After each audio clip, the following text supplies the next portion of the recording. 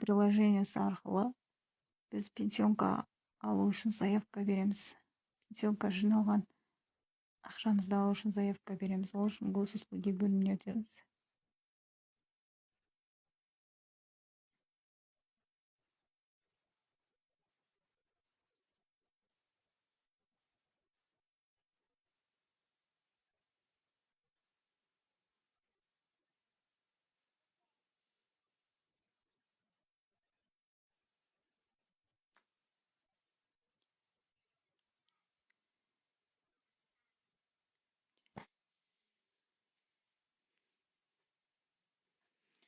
Госуслуги бөліміне кіргеннен кейін асты жағына қарай түсеміз.